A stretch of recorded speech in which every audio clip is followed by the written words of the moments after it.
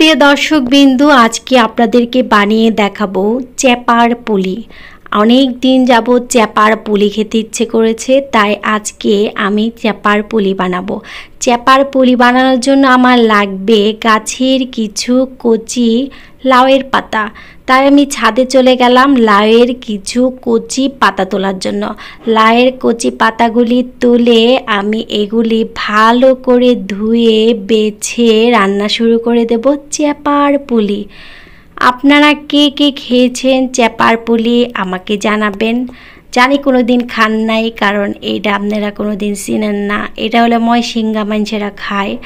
আমার নানি বাড়ি আসছিল ময়সিং, ওইখানে কিন্তু আমি অনেক দিন ছিলাম, ওইখানে আমার জন্ম। সেই সুবাদে এই চ্যাপার পুলি খাওয়াটার সুযোগ হয়েছে আমার, আর আমি এটা রান্না অনেক ভালো করে আয়ত্ত করে নিয়েছি।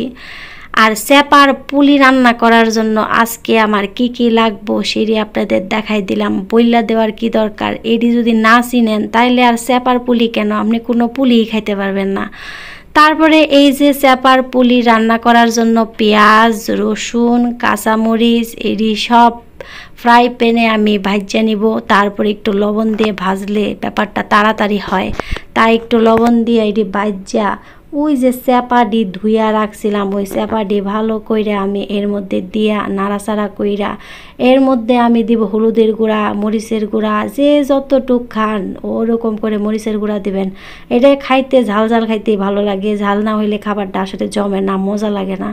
আমি কিন্তু এর মধ্যে আমি অনেকখানি মরিচ দিছি, যদিও আমি মরিচ কম খাই তারপরেও কিন্তু মরিচ দিছি।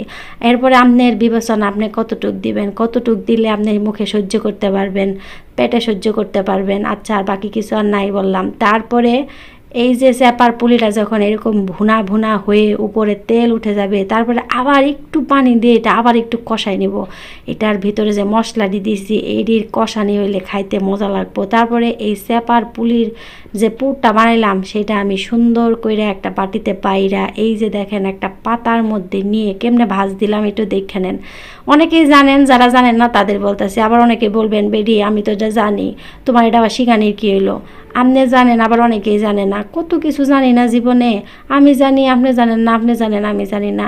তারপরে এই যে চ্যাপার পুলি আবার একটা ভালো করে মুড়ায় দেখাইলাম। এমনি করে খালি পুলি বানাবেন সমান সমান করে, অনেকগুলা বানায় খাইতে পারেন। আমার যেটি পাতা ছিল ওটি দিয়েই বানাবো, আজকে কাউরি দিব না, কারণ প্রত্যেক দিন সবার পছন্দের হাজার রকমের খাবার বানাই।